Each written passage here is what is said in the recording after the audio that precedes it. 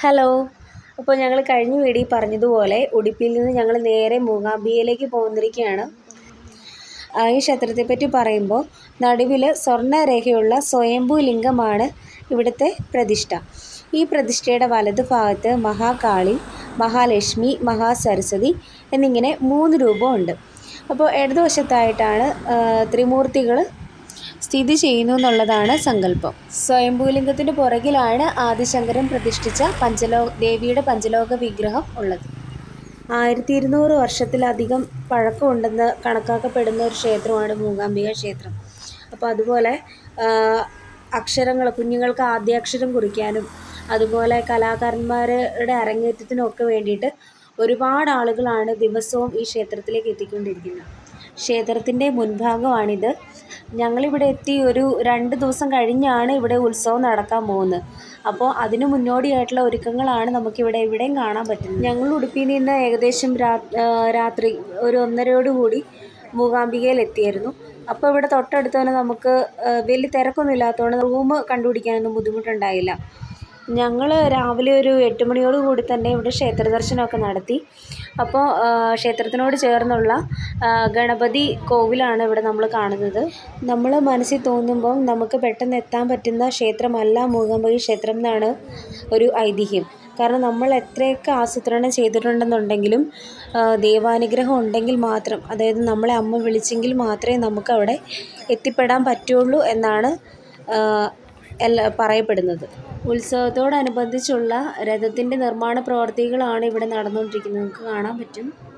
കൊല്ലൂർ ഗ്രാമത്തിൻ്റെ മധ്യത്തിലാണ് നമ്മുടെ ഈ ക്ഷേത്രം സ്ഥിതി ചെയ്യുന്നത്. അതുപോലെ ക്ഷേത്രത്തിൻ്റെ ദർശനം കിഴക്കോട്ടാണ്.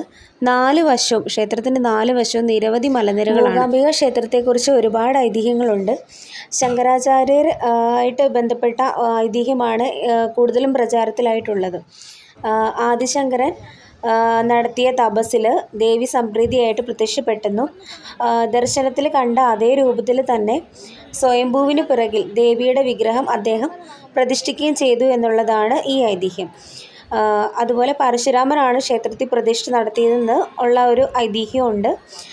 എന്തായാലും ശങ്കരാചാര്യർ നിർദ്ദേശപ്രകാരമാണ് ക്ഷേത്രത്തിലെ പൂജാവിധികൾ നടത്തുന്നതെന്ന് പറയപ്പെടുന്നു. അതുപോലെ മറ്റൊരു ഐതിഹ്യം കൂടിയുണ്ട്. കൊല്ലൂർ മഹാരണ്യപുരം എന്ന പേരിലാണ് നേരത്തെ അറിയപ്പെട്ടിരുന്നത്. അപ്പോൾ കോലമഹർഷി എന്ന് പറയുന്ന ഒരു സന്യാസവര്യൻ ദേവീനെ പ്രീതിപ്പെടുത്താനായിട്ട് സൗപർണികാ തീരത്ത് തപസ് അനുഷ്ഠിച്ചെന്നും അതേ സമയത്ത് തന്നെ ശിവപ്രീതിക്കായിട്ട് മറ്റൊരു അസുരൻ ഇവിടെ തപസ് ചെയ്തെന്നും കഥയുണ്ട്. അപ്പോൾ അസുരൻ്റെ കൊടും തപസ്സിൽ സംപ്രീതനായി കൈലാസനാഥൻ പ്രത്യക്ഷപ്പെട്ടപ്പോൾ വരം ചോദിക്കാൻ കഴിയാത്ത വിധത്തിൽ പാർവതി ദേവി ഈ അസുരനെ മൂകനാക്കി മാറ്റി. അപ്പോൾ അതിൽ കോപിഷ്ഠനായ അസുരൻ ദേവിയെ തപസ് ചെയ്ത കോലമഹർഷിക്ക് നേരെ തിരിഞ്ഞു. അപ്പോൾ അങ്ങനെ ഭക്തനെ രക്ഷിക്കാനായി മൂകാസുരനെ വധിച്ച ദേവി മഹർഷിയുടെ അപേക്ഷ അനുസരിച്ച് അവിടെ കുടികൊണ്ടു എന്നുള്ളതാണ് മറ്റൊരു സങ്കല്പം.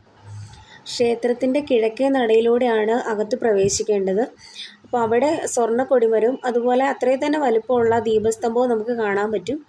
ഈ കൊടിമരം പണിതേക്കുന്നതൊക്കെ കന്നഡ ശൈലിയിലാണ്. അതുപോലെ ദീപസ്തംഭത്തിലാണെങ്കിൽ സ്തംഭഗണപതി ഉണ്ട്. തെക്ക് കിഴക്ക് ഭാഗത്ത് പടിഞ്ഞാട്ട് ദർശനമായിട്ട് സുബ്രഹ്മണ്യസ്വാമിയുടെ ശ്രീകോവിലാണ് ഉള്ളത്. അതുപോലെ സുബ്രഹ്മണ്യസ്വാമിയോടൊപ്പം നാഗദൈവങ്ങളും ശ്രീകോവിലിൽ പ്രതിഷ്ഠിക്കപ്പെട്ടിട്ടുണ്ട്. ഇവിടെ ദർശനത്തിനായിട്ട് 3 രീതിയിലുള്ള ക്യൂ ഉണ്ട്. ഒന്ന് 500 രൂപയുടെ പാസ് എടുത്തിട്ട് നമ്മൾ കയറുന്നതാണ്. അപ്പോൾ 500 രൂപയുടെ പാസ് എടുത്താൽ 2 പേർക്ക് ഡയറക്റ്റായിട്ട് ക്ഷേത്രത്തിനകത്ത് പ്രവേശിക്കാൻ പറ്റും. അതുപോലെ 100 രൂപയുടെ പാസ്സാണ് എടുക്കുന്നതെന്നുണ്ടെങ്കിൽ നമ്മൾ സാധാരണ ജനറൽ ആയിട്ടുള്ള ക്യൂവിനേക്കാളും കുറച്ചുകൂടി പെട്ടെന്ന് നമുക്ക് അകത്ത് പ്രവേശിക്കാൻ പറ്റും. പിന്നെ ജനറൽ ക്യൂ ആണ്. ഞങ്ങൾ കയറിയപ്പോൾ ജനറൽ ക്യൂവിലായിരുന്നു നിന്നത്. കാരണം വലിയ തിരക്കുണ്ടെങ്കിൽ പോലും അത് പെട്ടെന്ന് പാസ് ചെയ്ത് പോകുന്നുണ്ടായിരുന്നു. അതുകൊണ്ട് ഞങ്ങൾ ജനറൽ ക്യൂ തന്നെയായിരുന്നു നിന്നത്. ഇതാണ് നമ്മൾ നേരത്തെ പറഞ്ഞ സരസ്വതി മണ്ഡപം. ഇവിടെയാണ് കുഞ്ഞുങ്ങൾ ആദ്യാക്ഷരം കുറിക്കുന്നതും അതുപോലെ കലാകാരന്മാർ അവരുടെ കഴിവുകളൊക്കെ പ്രകടിപ്പിക്കുന്നതുമെല്ലാം ഇവിടെ വെച്ചിട്ടാണ്. സരസ്വതി മണ്ഡപം ആയതിനാൽ തന്നെ അവരുടെ ക്ഷേത്ര അധികാരികളുടെ നിർദ്ദേശം അനുസരിച്ചിട്ടാണ് ഇവിടെ കലാപരിപാടികളൊക്കെ അവതരിപ്പിച്ച് മടങ്ങുന്നത്. അതുപോലെ ഇവിടെ അരങ്ങേറ്റം കുറിക്കുന്നത് ഏറ്റവും വലിയ പുണ്യമാണ് എന്നാണ് വിശ്വസിക്കപ്പെടുന്നത്.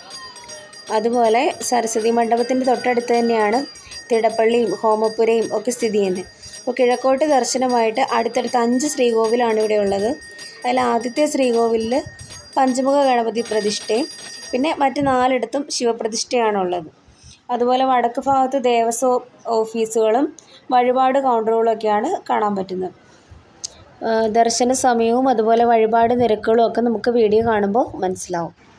അതുപോലെ വടക്ക് കിഴക്ക് ഭാഗത്ത് പടിഞ്ഞാട്ട് ദർശനമായിട്ട് വീരഭദ്രനാണ് കുടികൊള്ളുന്നത്. ദേവിയുടെ അംഗരക്ഷകനായിട്ടാണ് ഇവിടെ വീരഭദ്രൻ്റെ സങ്കല്പം. വീരഭദ്രൻ്റെ ശ്രീകോവിലിന് മുന്നിലായിട്ട് നമുക്കൊരു തുളസി തറയും കാണാൻ പറ്റും. ഉടുപ്പിയിൽ നിന്ന് ഏകദേശം 80 കിലോമീറ്റർ ഉണ്ട് മൂകാംബികയിലേക്ക്. അതുപോലെ ഇവിടെ ഏറ്റവും അടുത്തുള്ള റെയിൽവേ സ്റ്റേഷൻ എന്ന് പറയുന്നത് ബൈന്ദൂരാണ്. ഏകദേശം ഒരു 28 കിലോമീറ്റർ സഞ്ചരിച്ചിട്ടുണ്ടെങ്കിൽ നമുക്ക് മൂകാംബികയിൽ എത്താൻ പറ്റും. അതുപോലെ നേരത്തെ പറഞ്ഞ പോലെ മൂകാംബികയിൽ എത്തുന്നതിന് മുൻപുള്ള 20 കിലോമീറ്ററോളം വനമാണ്. ഞങ്ങൾ രാവിലെ 8 മണിയോടുകൂടി ദർശനമൊക്കെ കഴിഞ്ഞെങ്കിലും കുറേ നേരമൊക്കെ അവിടെ വെയിറ്റ് ചെയ്ത് 9 മണിയോട് കൂടിയാണ് പുറത്തിറങ്ങുന്നത്. പിന്നെ ഞങ്ങൾ ഫുഡൊക്കെ കഴിച്ച് റൂം നമുക്ക് 12 മണിയാകുമ്പോഴേക്കും വെക്കേറ്റ് ചെയ്യണമായിരുന്നു. പക്ഷേ കുടജാദ്രിയിലും കൂടെ പോകണം എന്നുള്ള വലിയൊരു ആഗ്രഹം ആയതുകൊണ്ട് ഞങ്ങൾ റൂം വെക്കേറ്റ് ചെയ്ത് ബാഗൊക്കെ വണ്ടിയിൽ തന്നെ വെച്ച് അവിടുന്ന് ജീപ്പിലാണ് പിന്നെ ഞങ്ങൾ കുടജാദ്രിക്ക് പോയത്. ഇത് മൂകാംബിക ബസ് സ്റ്റാൻഡാണ്. ക്ഷേത്രത്തിനോട് ഏകദേശം അടുത്ത് തന്നെയാണ് മൂകാംബിക സ്റ്റാൻഡ്. അപ്പോൾ ഇനിയിപ്പോൾ ഞങ്ങൾ ഇവിടുന്ന് പോകുന്നത് കുടജാദ്രിയിലേക്കാണ്. അപ്പോൾ കുടജാദ്രിയിലെ വിശേഷങ്ങളൊക്കെ ആയിട്ട് ഇനി അടുത്ത വീഡിയോയിൽ കാണാം. അപ്പോൾ അതുവരെ ടാറ്റ ബൈ.